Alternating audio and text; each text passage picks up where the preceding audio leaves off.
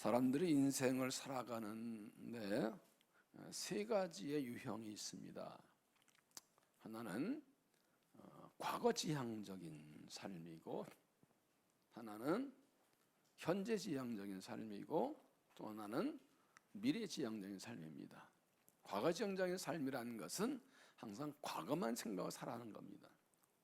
옛날에 내가 참 잘 나갔는데 왕년에는, 아니면 옛날에 실패와 고통 생각하고 거기에 매여 살아갑니다. 또 하나는 이 현재적인 삶은 오늘만 생각합니다. 과거도 좋고 그런데 내일이 없습니다. 오늘만 만족하고 지금 평안하고 즐거우면 끝입니다. 내일이 없습니다. 미래지향의 삶은 항상 내일을 위해 살아갑니다. 오늘의 삶이 과거로부터 교훈도 얻기도 하고, 실패에서 교훈 얻고, 그리고 또는 성공 교훈 얻고, 그러지만 목적은 미래에 있습니다. 미래를 위해서 오늘을 살아갑니다. 미래의 삶을 땡겨 놓고 이 미래를 위해서 오늘을 준비해 살아갑니다. 때로는 이 현실의 삶이 부족할 수도 있고 힘들 수도 있지만, 그러나 그것을 참고 미래에 달려갑니다. 그래서 계속 자신의 성장과 성수 발전을 힘쓰면서 내일을 준비해 갑니다. 이 세 가지 중에 어떻게 사는 게 가장 바람직한 인생일까요? 1번, 2번, 3번? 어떻게 알았어요? 되게 똑똑하네. 그럼 여러분은 어떤 삶을 살고 있습니까? 대부분의 사람들은 어디에 살고 있을까요? 사람들이 마음으로는, 머리로는 3번을 생각해요. 그런데 많은 사람들이 2번에 생각을 하지만 실제로는 현실에 매여 살아갑니다. 어떤 사람은 과거에 매여서 나가지 못합니다. 자, 이 과거지향적인 삶, 현재지향적인 삶, 미래지향적인 삶, 이 세 가지를 좀 다른 면으로 보깁시다. 그래요. 미래지향적인 제 삶이 제일 좋습니다. 그죠? 그러면 여기서 하나 질문이 있습니다. 누굴 위해서인가?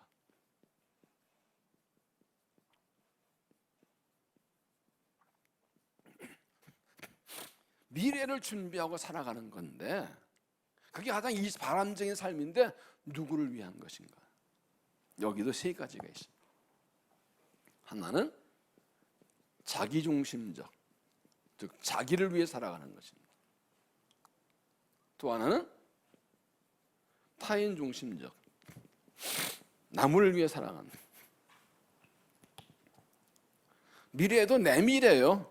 앞으로 내가 잘 되고 내가 성공하고 내 아들 딸 잘 되고 내 집안 잘 되고 내 잘 되고, 그거 다 나를 위한 것일 수 있어요. 어떤 사람들은 남을 위해 살아갑니다. 다른 사람을 돕고 섬기기 위해 살아갑니다. 또 하나 뭐가 있을까요? 또 하나 뭐가 있을까요? 하나님 중심. 즉 하나님을 위해 살아가는 삶. 이 세 가지 중에 어떤 게 가장 바람직한 삶일까요? 당연히 이거 대답 안 하면 이상한 사람이지. 근데 또 질문입니다. 그러면 나는 어떻게 살아가? 누구를 위해 살고 있나? 오늘 이 이야기는 단순히 그저 오늘 말씀을 열기 위해서가 아니라, 우리가 하나님 자녀 그리셔서 어떤 삶에서 살아야 되는가를 보고 삶을 돌아보자는, 이것은 자주 우리가 질문해야 됩니다. 자칫하면 우리가 현실에 매이기 쉽습니다. 머리는 생각하는데 실제로는 현실의 만족을 위해서, 현실의 편안함과 당장 위해서 살아가고 미래를 잊어버릴 때가 있어요. 이 다음에 밀어놓고 있다가 다시 나가버립니다. 그런데 미래라는 것이 여기서 왔다 갔다 하면 결국은 자기 중심으로 남을 위해 살아야지, 그러는데 그게 잘 안 돼요. 하나님 중심으로 잘 안 돼요. 하나님 위해 산다는 거, 그거 잘 안 돼요. 하나님 자녀인 그리스도인들은 당연히 누구를 위해 살아야 됩니까? 어떤 삶을 살아야 됩니까? 미래지향적인 삶을 살아야 됩니다. 그럼 하나님을 위해 산다는 것, 무엇을 말합니까? 그것은 하나님의 비전을 따라 사는 것입니다. 하나님의 부르심을 따라 사는 것입니다.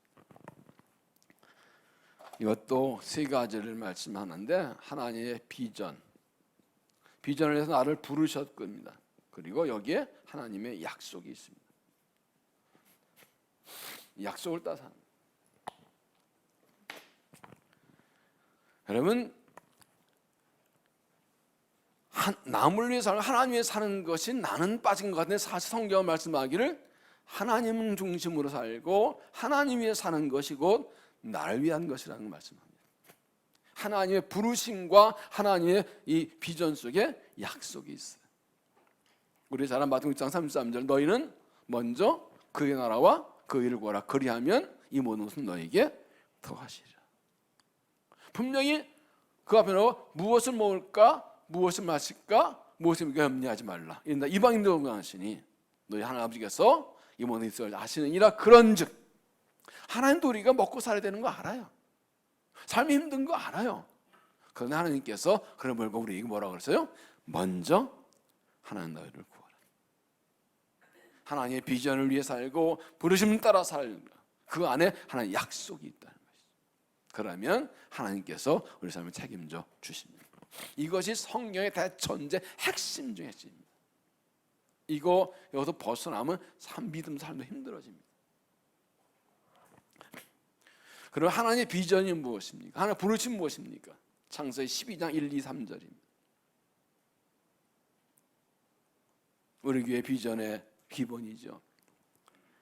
여호와께서 아브라함에게 이르시되 너는 너의 고향과 친척 아버지 집을 떠나 내가 내게 보여줄 땅으로 가라. 내가 너를 큰 민족 이루고 내게 복을 주어 내 이름을 창대하게 하리니 너는 복이 될지라. 3절 다 같이 읽습니다. 너를 축복하는 자에게는 내가 복을 내리고 너를 저주한 자는 내가 저주하리니 땅의 모든 족속이 너로 말미암아 복을 얻을 것이라 하신즉. 하나님 그리스도 부르신 목적이 뭐예요? 그에게 복을 주시는 거예요.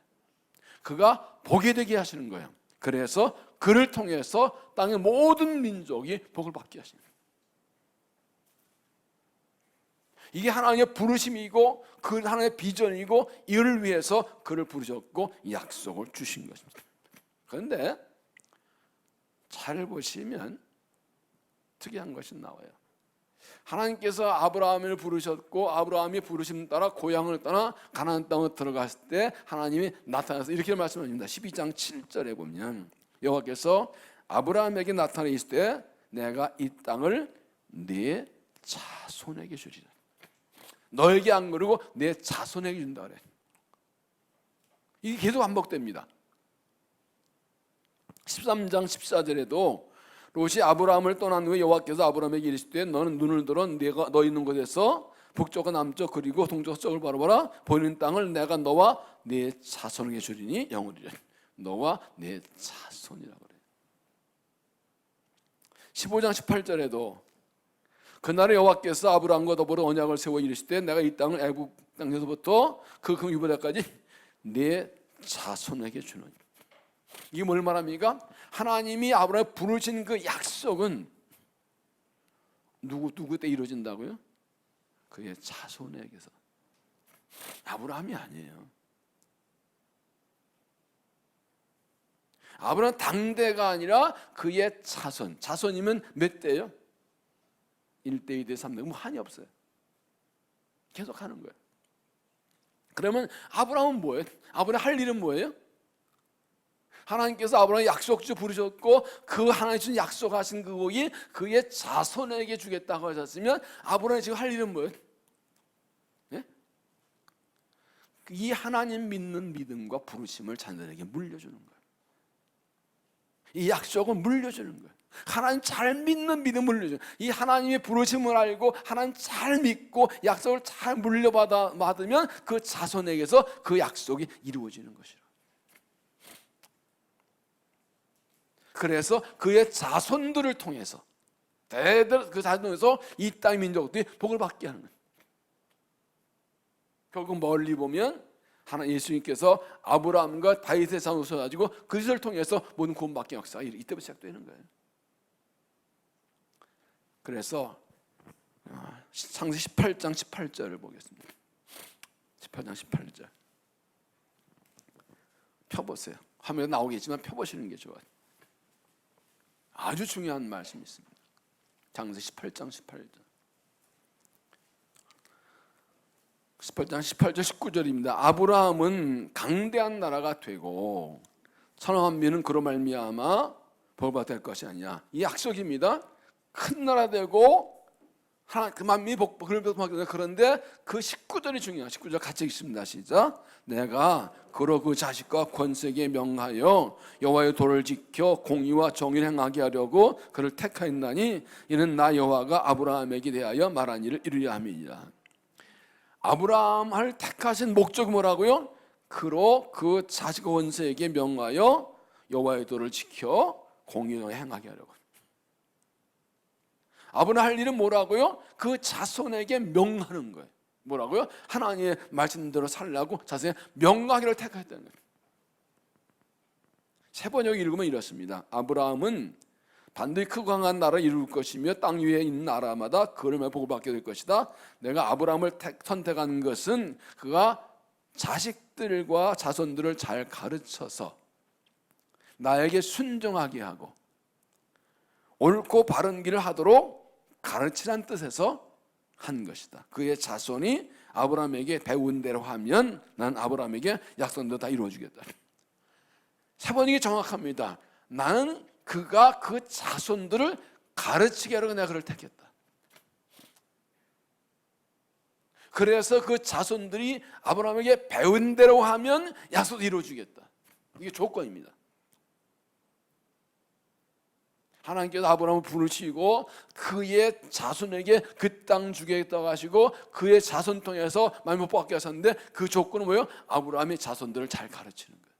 그래서 자손들이 그 배운 대로 하는 거예요. 그게 다 하나의 조건이에요. 그게 택하신 목적이에요.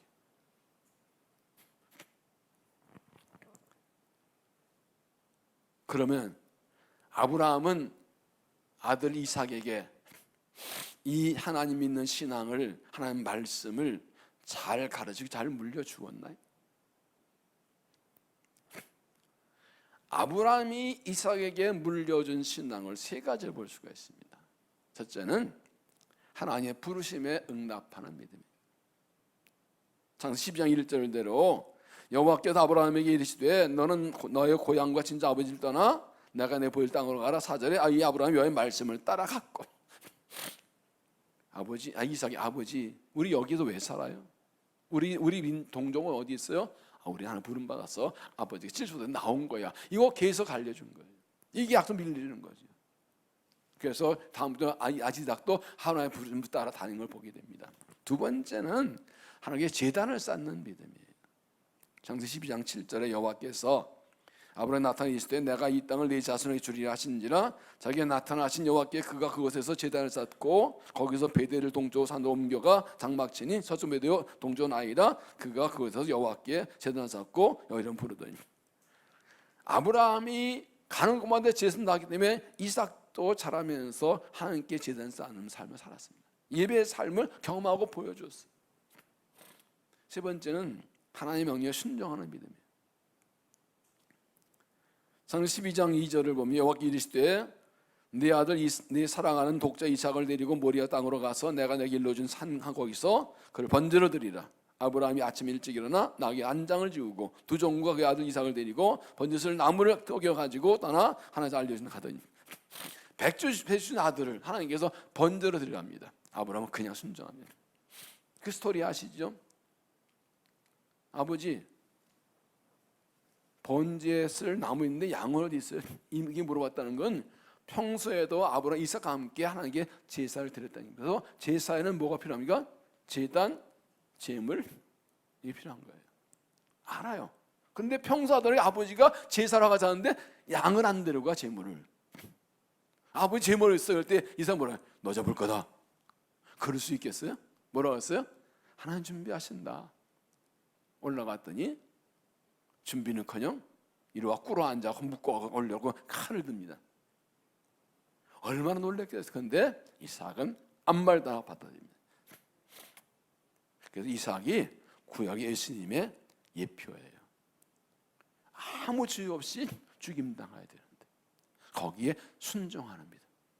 예수님의 모습을 보여주는 거예요. 이걸 예표라고 해요. 하나님께서 아브라함을 받으시고 손대지 말라 하고 내가 이제야 내가 날 경영하겠다. 그리고 약속 이루어주시죠. 이삭은 하나님께 숨겨놓으신 자기 몸으로 생명 걸고 배웠어요. 이게 아브라함이 이삭 물려준 세 가지 신앙이에요. 그러면 이렇게 물려받은 이삭 어떻게 살았나요?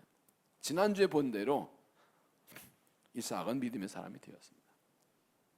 이 창세기 24장 보면 이 아브라함이 자기 종 엘리에셀을 하란 보내서 리브가 며느리를 택해서 데려올 때 리브가 오다 보니까 이삭이 들에서 묵상하고 있었다는 말씀이 나옵니다. 그는 늘 하나님께 예배하고 기도하는 사람이었어요.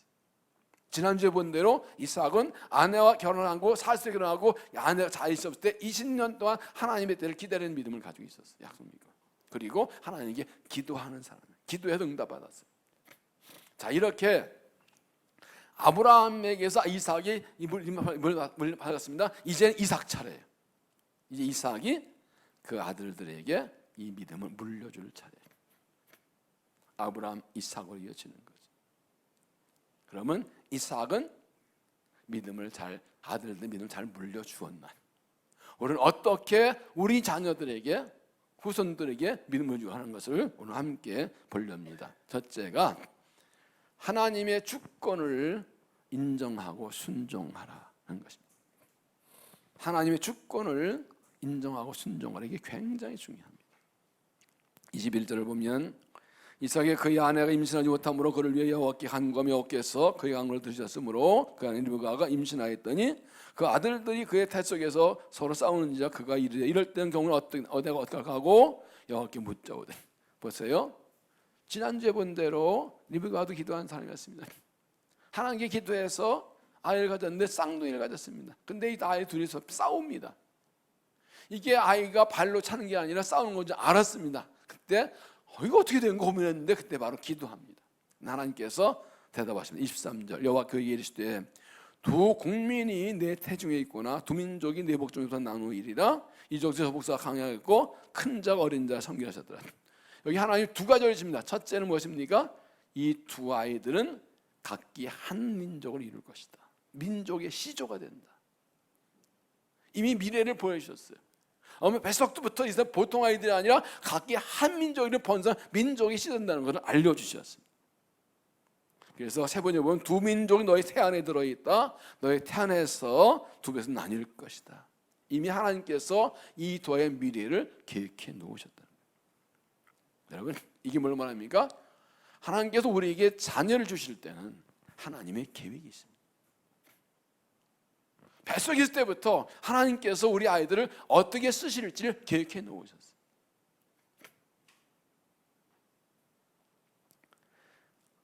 이 말은 우리가 우리 자녀들을 내 뜻대로 기르는 것이 아니라 하나님 뜻대로 기르는 거예요. 하나님의 영광을 위해, 하나님 나라를 위해, 하나님의 뜻을 위해 어떻게 쓰실지 물어봐야 된다. 정말 하나님께서 목적과 계획이 있어 보내셨다는 걸 기억하고 하나님 쓰기 합당한 사람으로 길러내는 것이 부모의 책임이라는 거예요. 또 하나는 큰 자가 어린 자를 섬기리라. 23절 이 족속이 저보다 강하겠고 큰 자가 어린 자를 섬기리라. 세 번역은 한 백성이 다른 것보다 강할 것이다. 형이 동생을 섬길 것이다. 일반적으로는 장자가 형이 장자 명받고 이어가는 건데 하나님께서 이걸 뒤집어 놓으셨어요. 인간의 상식이 안 맞는 하나님의 경험이에요. 형이 동생 형보다 낫고 동생 형을 이끌어가는데 이 말씀대로 하나님께서는 야곱이 장자를 받게 하셨고 야곱을 통해서 아브라함, 이삭, 야곱으로 이어가게 하셨습니다. 그런데 로마서 9장 11절 이렇게 말씀해요. 그 자식이 아직 나지도 아니하고 무슨 선이나 악을 행하지 아니한 때에 택하심을 따라 되는 하나님의 뜻이 행위로 말미암지 않고 오직 부르심으로 말미암아 서게 하려 하사 리브가 있을 때 큰 자 어린 자를 섬기라 하셨네. 보세요. 에사와 야곱은 태어나지 않았어요. 하나님께서 형동도 뒤빌 정도로 어떤 에사가 나쁜 짓을 했거나 야곱이 착한 일 한 게 없어요. 뭐라 그랬어요? 택하심을 따라 되는 하나의 뜻. 모든 하나의 선택으로 된다고요. 행위로 밟지 않고 부르심을 말미암아 서게 하사. 인간의 행위가 아니라 하나님의 택하심과 부르심에 의해서 결정된다는 겁니다. 이 말은 뭡니까? 사람의 인생은 사람이 정하지 않고 하나님이 정하신다는 겁니다. 인생의 주인은 하나님이시라는 겁니다. 나의 미래도 내가 결정하지 않습니다. 하나님 결정합니다. 우리의 아들, 딸의 미래도 내가 정하지 않습니다. 하나님이 정하십니다. 대부분의 부모들이 욕심을 가지고 있어요. 아이고, 우리 아들, 딸은 이런 사람 됐으면 좋겠다. 너는 꼭 이런 사람 돼야 돼. 이런 직업 가져야 돼. 그 요구하고 바랍니다. 그런데 하나님이 정하신 뜻이 있어요. 이 부모의 욕심에서 문제가 생기는 겁니다. 이미 하나님께서 형이 동생을 큰자 장녀를 정해놓으셨어요. 이거는 누구 잘못이 아니라 하나님 뜻이에요. 이해 안 돼도 하나님의 뜻이에요. 이건 순종해야 되는 거예요. 그러므로 우리는 자녀들 때 내가 원하는 사람이 아니라 하나님이 원하시는 사람, 정한 사람 되게 하는 게 목적입니다. 그래서 신앙이란 하나님의 주권을 인정하는 거예요. 주권. 이게 신앙의 핵심입니다. 여기 아까 누구를 위해 하나님 중심이라고 했는데 신앙은 하나의 주권이에요. 하나님의 주권. 이 주권을 인정하고 거기에 순종하는 거예요. 주권 뭐예요? 주인 되는 권리예요. 영어로 로더십이라고 그래요.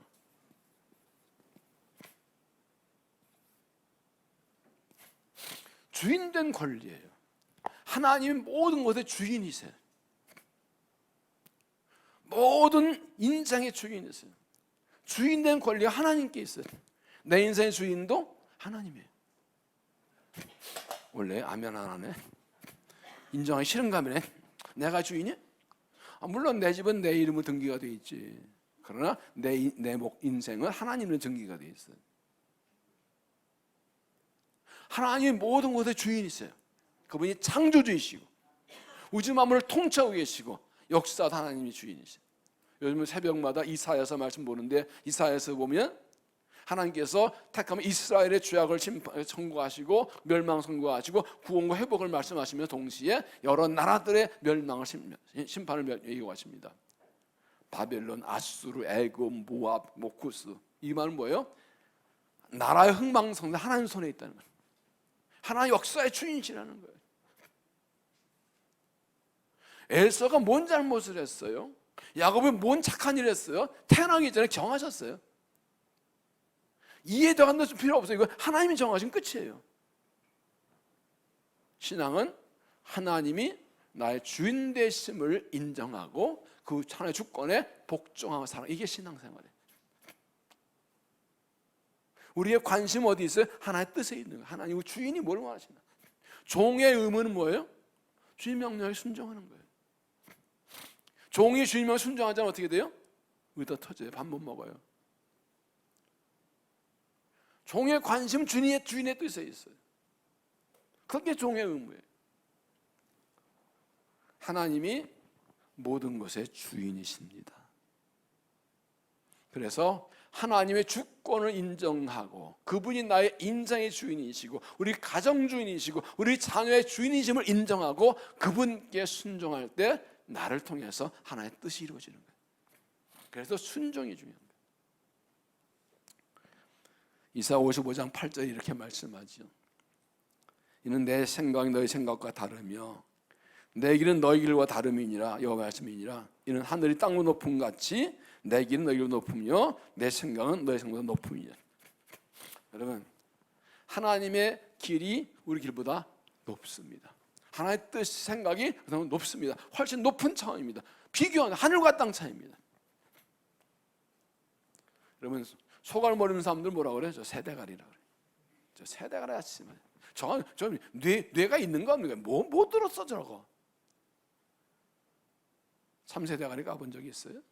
세대가리 뭐 들어? 뇌 얼마 안 돼요. 근데 하나님 보시기에는 인간이 세대가리 같아. 왜? 전능하신 하나님 어디 필요 인간은 아무것도 아니에요. 하나님의 말씀 전정하시고 우주를 운행하시고 역사를 통치하신 하나님 뜻을 보면 인간의 창조가 아무리 잘나봐야 우리의 뜻대로 되면, 여러분, 그래도 그렇지 한번 물어봅시다. 그래도 나는 왜냐하면 내 생각과 내 계획대로 내 인생 됐으면 좋겠다. 그럼 내 인생 잘 되어갔다. 어떠세요? 네? 어떠세요? 어떤 사람이 기도하다 안 되니까 하나님 나하고 자리 바꿔야지 그랬대요. 그 기도 응답되면 큰일 나요.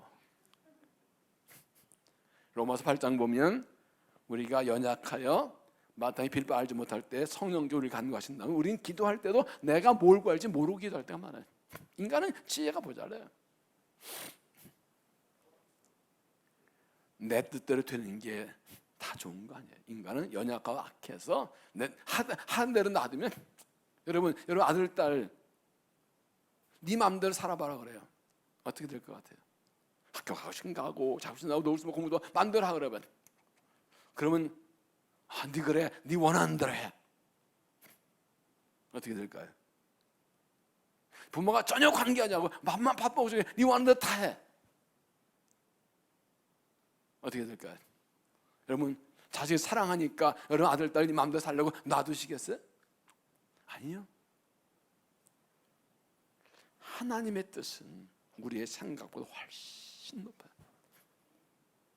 이해할 수 없어요. 그러나 가장 높고 가장 선하고, 이게 하나님의 주권 인정한다는 것은 하나님의 뜻이 가장 선하고 가장 옳다는 것을 인정하는 거예요.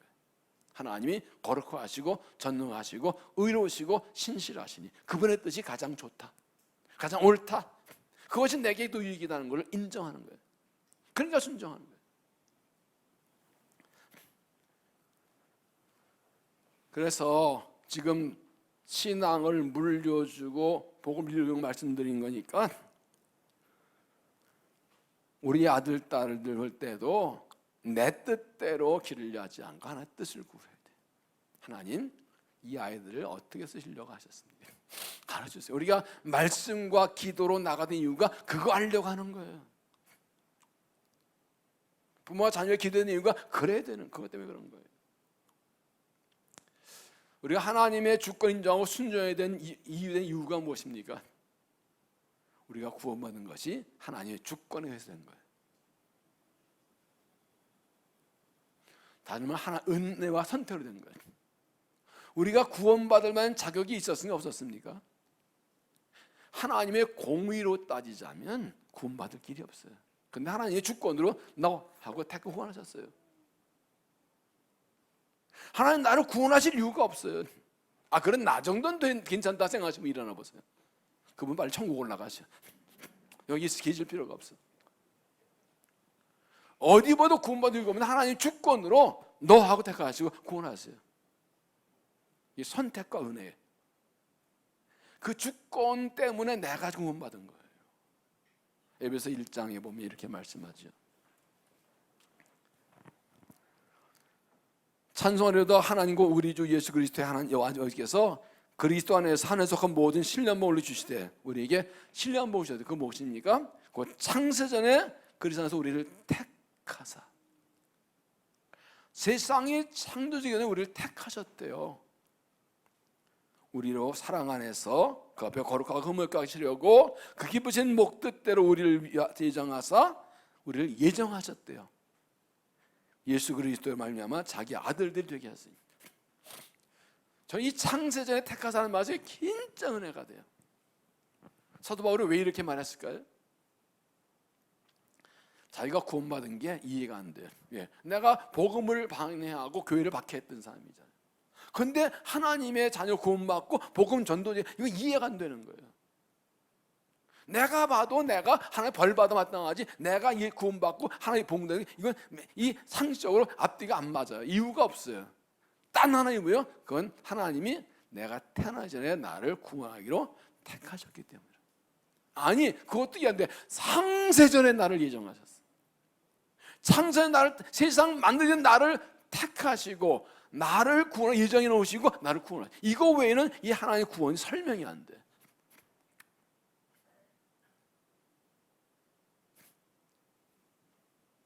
이건 하나님의 주권이야. 하나님 왜 저런 인간을 구원하세요? 내 맘이야. 저런 죄인을 왜 부르세요? 내 맘이야. 내가 택했어. 내가 은혜 베풀었어. 어느 정도? 내 아들 생명 버렸어. 그 하나의 주권이 나를 여기 있게 해요. 앞으로도 그럴 거예요. 그럼 우리가 하나의 주권에 복종하지 않으면 우리는 소망이 없어요. 아무런 것이 없어요. 하나님이 선하신 뜻과 따라서 우주를 운행하시고 역사를 다스리고 계셔. 내 인생을 다스리고 계셔.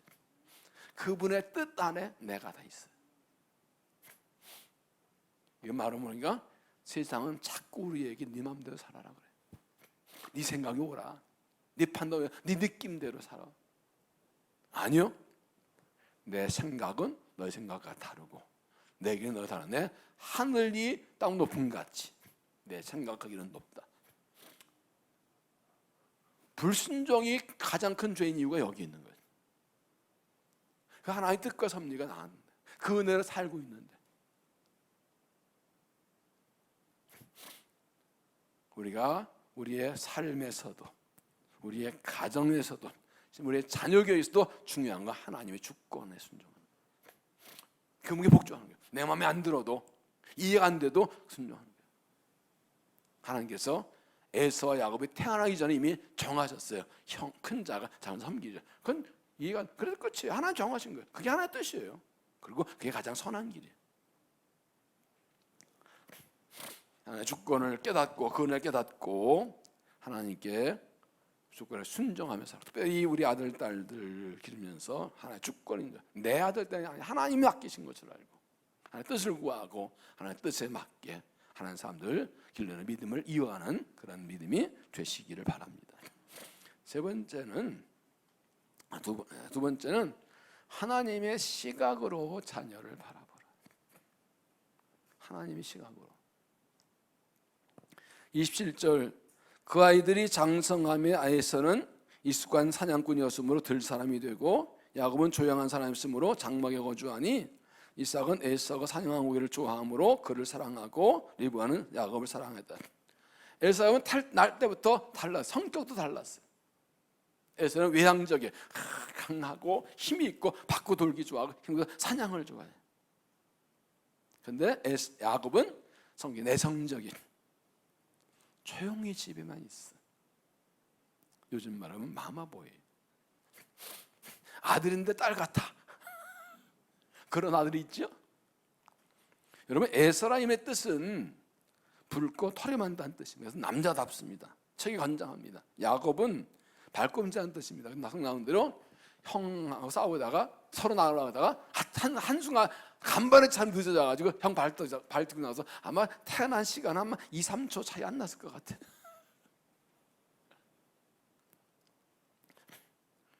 근데 중요한 건 그게 아닙니다.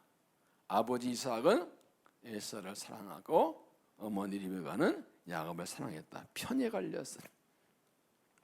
왜 그랬을까요? 아마 이삭은 에서가 장자이가. 그런데 오늘 말씀 보면 이삭은 사냥한 고기를 좋아했대.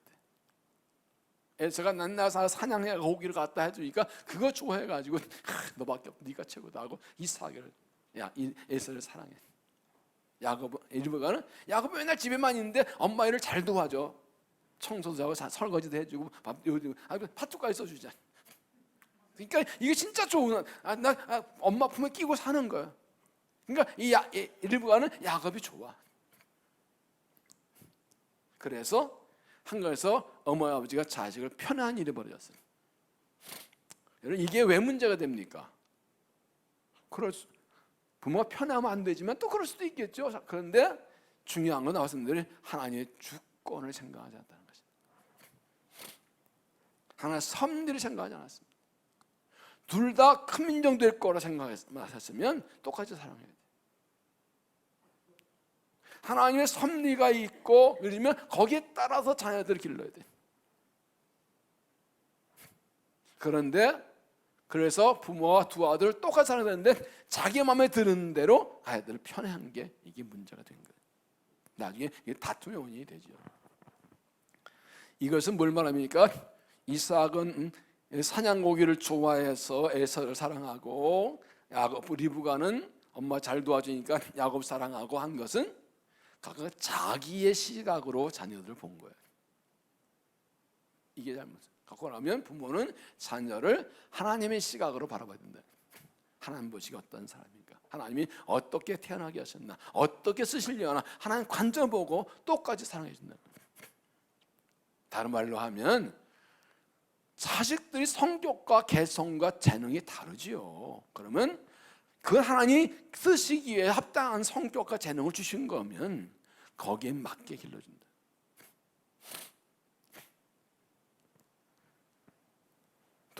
돌 예배를 이제 해달라 그러면, 하여튼 제가 설교하면서 이렇게 자주 물어봐요.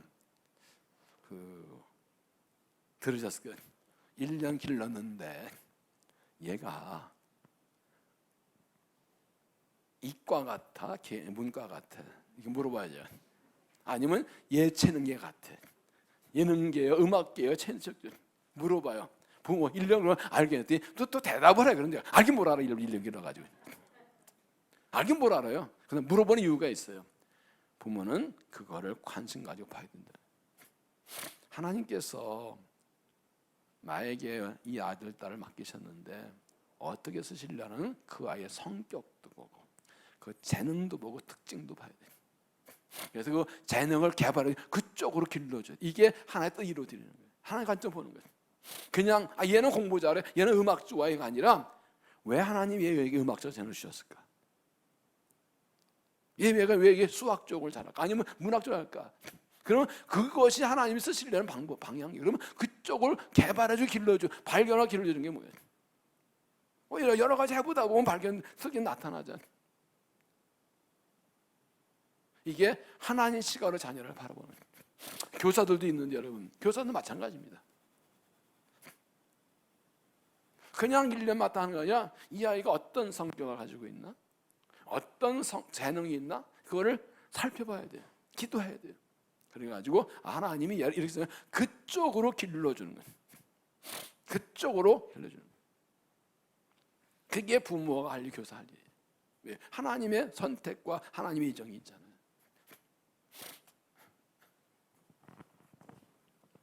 사사기에 보면 하나님께 삼손을 보내실 때 그 어머니에게 하나님 사자 보내십니다. 그리고 아이를 낳을 거니 나신이 길러라. 남편이 말했더니 남편이 나도 만나주세요, 내가 아버지인데. 그래가지고 하나님 사자 또 옵니다. 그때 이 삼손의 아버지 마누아가 이렇게 말합니다. 사사기 13장 12절에 마누아 이르되 이제 당신 말씀도 되기 원하나이다. 이 아이를 어떻게 기르며 우리가 그에게 어떻게 행하리까? 이게 굉장히 중요한 질문이에요. 아이가 태어나기 전에 하나님이 말씀하시니까 물어봐. 하나님 어떻게 길러야 될까요? 이게 부모의 자세예요. 늘 물어봐야 돼요. 말씀으로, 기도로. 지금 자녀 교육 세미나 하는 것 같아요. 하는 거예요. 같은 게 하는 거예요 지금.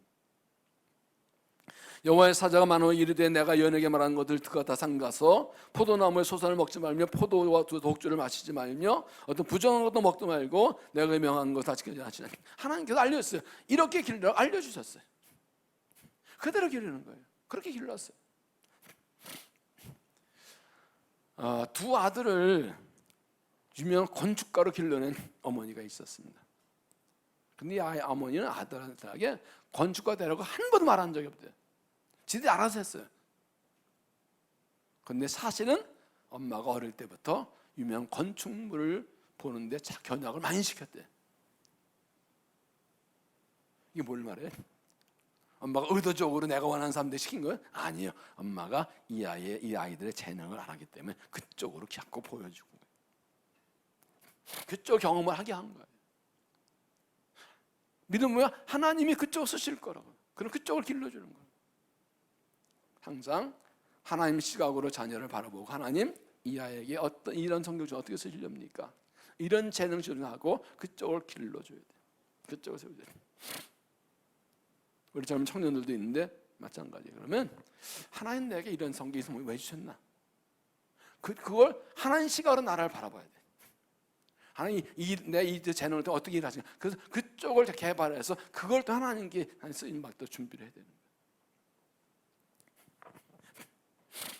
여러분, 이삭과 리브가가 이렇게 각기 자기가 좋아하는 대로 아들들을 편애하게 된 원인이 뭘까요?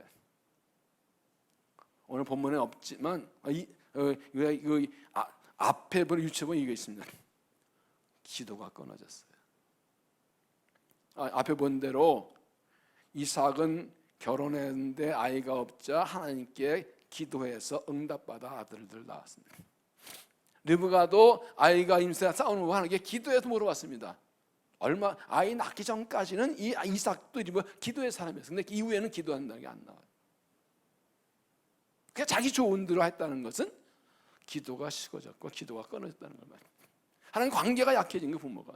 그러면 자기 마음대로 기르게 돼 있어요. 사무엘 12장 23절에 보면 사무엘이 사사와 제사장 일을 하다가 이제 사울 왕을 세우고 이 자제에서 물러나면서도 한 말이 있습니다. 나는 너희를 위하여 기도하기를 쉬는 줄을 여호와께 벌당고 범하지 아니하고 선하고 의로운 길을 너희에게 가르칠 것인즉 너희는 여호와께서 너희를 위하여 행하신 큰 일을 생각하여 오직 그를 경외하며 너희 마음을 다하여 그 신 섬기라. 내가 비록 이 사사의 자리에서 물러나지만 너를 위해 기도하기를 쉬는지를 범하지 않겠다. 이 말을 보니까 기도하기를 쉬는 건 죄다. 기도를 쉬지 않고 하나님 말씀을 가르쳐야, 기도와 말씀이 있어야 그 자녀이 그렇게 해서 이스라엘 백성도 여전히 하나님을 섬겨야겠다. 그러니까 기도와 말씀이 있어야 자녀들을 바로 기를 수 있다는 거예요. 하나님께 쉬지 않고 기도하고 말씀 가르쳐야 하나님 경외하고 그대로 살아가야 된다는 거예요. 우리 아들 딸들을 하나님의 시각으로 바라보고 하나님이 어떠실지 바라보고 하나님의 마음을 가지고 자녀하고 이 믿음을 물려주는 믿음의 가정들이 되시기를 바랍니다. 세 번째는 약속하신 복을 받을 믿음을 길러주라.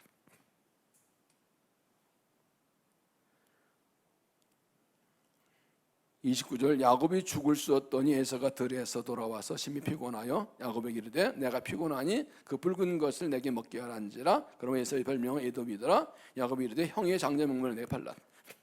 에서 야곱은 성격대로 사는 게 전혀 다릅니다. 에서는 매일 날 사냥하고 야곱은 집에서 인도 엄마 집안이 부엌일 잘 돈다. 죽도 쓰고 밥도 하고 아마 요리를 잘했을 것 같아요. 요즘 같으면 야곱이 이제 유명 셰프가 될 수도 있어. 그런데 에서가 하루 종일 사냥하고 배고픈데 와서 보니까 야곱이 죽을 수 있으니까 그거 밥 죽어가는 거 있죠. 알았어 형 하고 퍼주면 되죠. 근데 야곱이 참 이게 꼼수가 많아. 내가 형 합시다. 그 장자 권리 나한테 파셔. 여러분 당시 장자는 아버지의 재산을 반 이상 가집니다. 형제가 10명이 무조건 장자는 반입니다. 모든 이 상속과 축복은 장자에게 주어지는 겁니다. 이걸 야곱이 탐냅니다. 그러면 이 얼마나 중요한 거는 에서가 실까지 쉽게 말해요. 북한 그릇이 들이댔는데 반응이 무엇입니까? 30절 에서가 이르되 내가 죽게 되었으니 장자명분이 내게 무엇이 유익하리요? 야곱이 이르되 오늘 내게 맹세하라. 에서 맹세가 장자명분을 내고 편지라. 이 에서가 그래 야 배고파 죽겠는데 뭐 장자 뭔 거냐? 목공에 포도충이 건강한 식후경이지. 그래 네가 형해. 그러고 그냥 다 강구하고 왔어요. 에서가 왜 이렇게 행동했을까? 두 가지. 하나는 하나 축복을 가볍게 여겼어요. 34절에 야곱이 떡과 팥죽을 에서에게 주며 에서가 먹으며 마시고 일어나갔으니 에서가 장자 명분을 가볍게 여깁니다. 어느 정도 가볍게 여기겠습니까? 30절 다시 보면 에서가 이르되 내가 죽게 되었으니 이 장자 명분이 내게 무엇이 유익하리요? 그는 하나님의 축복을 팥죽하는 것보다 더 가볍게 여겼어요. 당장 배고픔을 위해서는 하나의 축복도 버릴 수 있어요. 귀하게 여기잖아요. 그러면 하나의 축복도 귀한 자한 사람에게 해당되는 겁니다. 귀하게 여기면 주신 것도 누리지 못해요. 그것이 에서가 장자명을 맞지 못한 일이에요. 또 하나는 이 에서가 이렇게 쉽게 팔아는 게 뭐예요? 장자명분을 당연히 여긴 거예요. 내가 이렇게 말 한마디에 진짜 팔려지냐? 내가 형인데 그냥 믿고 있는 거예요. 이거 뭐예요? 하나님의 은혜를 당연히 여기는 거예요. 감사할 줄 모르는 거예요. 귀하지 않아요. 말 한마디 해도 만건디 해도 아무 관계 없어요. 하나님의 약속과 축복은 그것을 귀한 줄 아는 사람에게, 그것을 감사한 줄 아는 사람에게 주어지는 것입니다. 그래서 하나님의 약속이 있어도 그것을 귀한 줄 알고 감사로 받을 수 있는 믿음이 준비되어야 되는 거예요. 그 믿음을 하나님 축복받아야 된다. 하나님 복 주신 거 귀하다. 이런 믿음을 길러줘야 되는 거죠. 야고보는 이렇게 했을까요? 여러분, 리브가가 기도했더니 하나님께서 큰 자가 작은 자를 섬기라고 미리 하나님의 예정을 알려줬습니다. 그러면 리브가가 야곱에게 이걸 알려주고 안 알려줬을까요? 여러분, 엄마라면 리브가가 여러분 이삭이 에서를 사랑한 건 사냥하고 오기를 좋았다 그러는데 리브가가 야곱을 사랑한 것은 이유가 안 나와요. 그러면 뭘 유추해 볼 수 있어요? 리브가가 알고 있어요. 요놈이 진짜다. 사랑하는 거야. 알려도 안 알려줬을까요? 알려줬죠. 여러분, 그럼 왜 알고 있으면서 팥죽한 것으로 장자명분을 살려 했을까요? 그것은 그가 하나님의 약속을 확실히 못 믿었다는 걸 보여줍니다. 믿었으면 가만히 있어도 될 건데 뭐. 이게 하나님의 신뢰 믿음이 없으면 이 딴짓을 해요. 약속 받고도 딴짓을 해요. 확실히 믿었으면 가만히 있어 하나 해주실 건데 뭐. 이게 이제 다음 오겠지만 이 리브가가 어머니와 짜고서 형을 속이는 게 다 그걸 보여주는 거예요. 약속을 확실한 믿음인 사람들은 잔깨 부리지 않습니다. 딴짓하지 않습니다. 믿고 기다리고 있지. 그러면 야곱의 잘못은 무엇입니까? 하나님의 뜻과 섭리를 인간의 방법으로 이루려 하는 것이에요. 남의 약점을 이용해서. 믿음 없으면 이렇게 됩니다. 약속 받았는데 그걸 자기 방법으로 이루려고 해요. 그것도 죄를 짓는. 이것 때문에 야곱은 20년간 하나님에서 연단을 받습니다. 에서가 장자명분을 가볍게 여긴 결과가 무엇입니까? 나중에 리브가 야곱이 아버지를 형 속이고 장자명을 빼앗을 때는 돌이킬 수 없었습니다.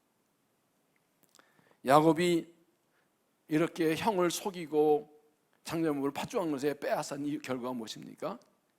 그는 장자의 축복을 받았지만 하나님의 속에서 20년간 가족을 떠나서 고생하며 엄청난 연단을 받아야 했습니다. 뭘 말합니까?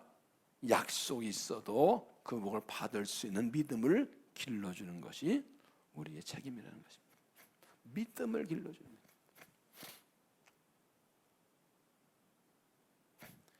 그래서 사무엘상 7장에 보면 다윗이 하나님을 위해 성전을 짓겠다고 해서 하나님께서 네 아들 솔로몬을 지기로 하시면서 그러나 너의 왕위가 영원하리 약속하십니다.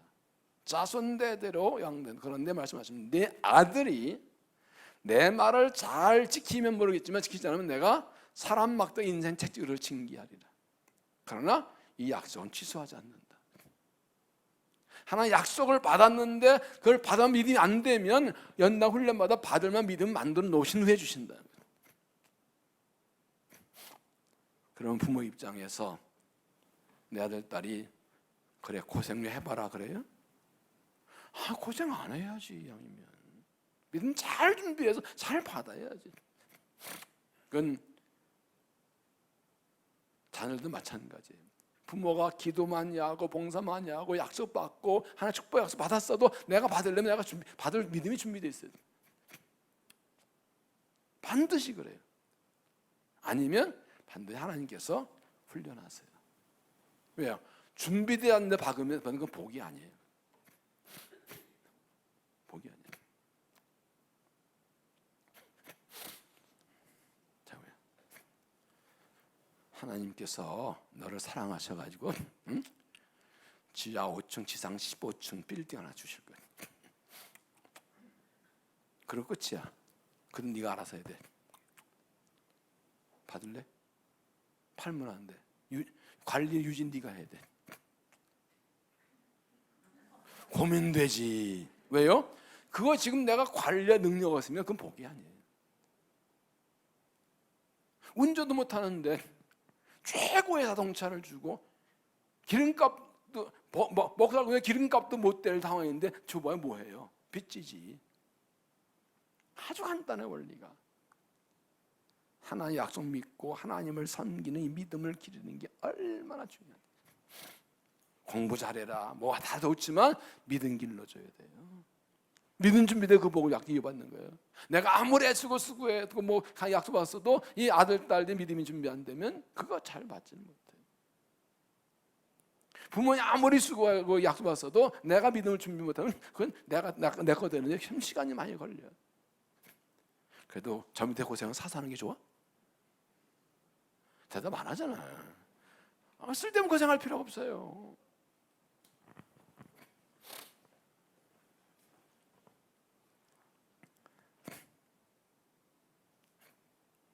여러분, 하나님이 주신 복이 나에 대해서만 끝나도 괜찮겠습니까? 하나 약속이 나에 대해 이루어지고 넘어가도 괜찮겠습니까? 내 아들, 딸 정도 끝나고 그 다음 손주는 모르겠어요? 하나도 그걸 아니요. 아브라함, 이삭, 야곱. 아브라함 하나님, 이삭의 하나님, 야곱의 하나님, 요셉의 하나님 이어지는 거예요. 창세기 15장에 하나님께서 아브라함에게 네 자손이 이방에 계기되어 400년 지나 이 땅에 돌아오리라. 하나님 계획은 최소한 400년. 그리고 가나안 땅 주시고 그것이 이어졌어요. 우리는 하나님의 뜻과 계획은 최소한 이만큼이에요. 이것이 하나님의 주신 약속이고 주신 사명입니다. 그래서 아까 읽었던 창세기 18장 18절 19절을 다시 보겠습니다. 아브라함은 강대한 나라가 되고 천만민은 그로 말미암아 복을 받게 될 것이 아니냐. 19절 다 같이 내가 그로 그 자식과 권속에 명하여 여호와의 도를 지켜 공의와 정의를 행하게 하려고 그를 택하였나니 이는 나 여호와가 아브라함에게 대하여 말한 일을 이루려 함이니라. 하나님께서 아브라함의 약속을 이루게 하시려고 아브라함을 택하시고 그의 자손들에게 하는 말씀을 가르치라고 명하셨고 그 자손들이 배운 대로 잘하면 약도 이루어진다고 말씀하셨습니다. 하나님께서 역사의 주인이십니다. 하나님 인생의 주인이십니다. 하나님의 뜻대로 되는 것입니다. 하나님의 주권을 인정하고 하나님께 복종하십시오. 하나님 시각으로 자녀들을 바라보고 하나님의 뜻대로 기르십시오. 하나님의 약속의 복을 받을 믿음을 준비하십시오. 그래서 주신 축복 약속이 우리를 통해서 우리 아들 딸들에게 자녀 대대 이어져서 우리 주신 비전들 하나님 이루어드리는 삶을 감당하는 믿음 될 수 있기를 주 이름으로 축원합니다. 기도하겠습니다. 하나님, 우리를 사랑하셔서 택하셔서 하나님의 자녀를 삼으시고 우리를 통하여 하나님 나라를 펼쳐가시는 계획을 세우시고 우리에게 약속 주시고 사명을 맡겨주시니 감사합니다. 아버지 하나님, 이삭의 하나님, 야곱의 하나님으로 이 축복과 은혜가 대대로 이어지게 하셔서 하나님의 뜻이 이루어지고 주 영광이 나타나고 주의 나라가 이루도록 우리를 사용하여 주시옵소서. 하나님 뜻 순종 하나님 일하심 믿습니다. 주의 믿음 더해 주시어서 우리를 그렇게 사용하여 주시고 영광 받아 주시고 칭찬받는 믿음이 되게 하여 주시옵소서. 이 밤도 우리를 만나 주시고 은혜 더하여 주실 줄로 믿사옵고 예수님 이름으로 간절히 기도하옵나이다.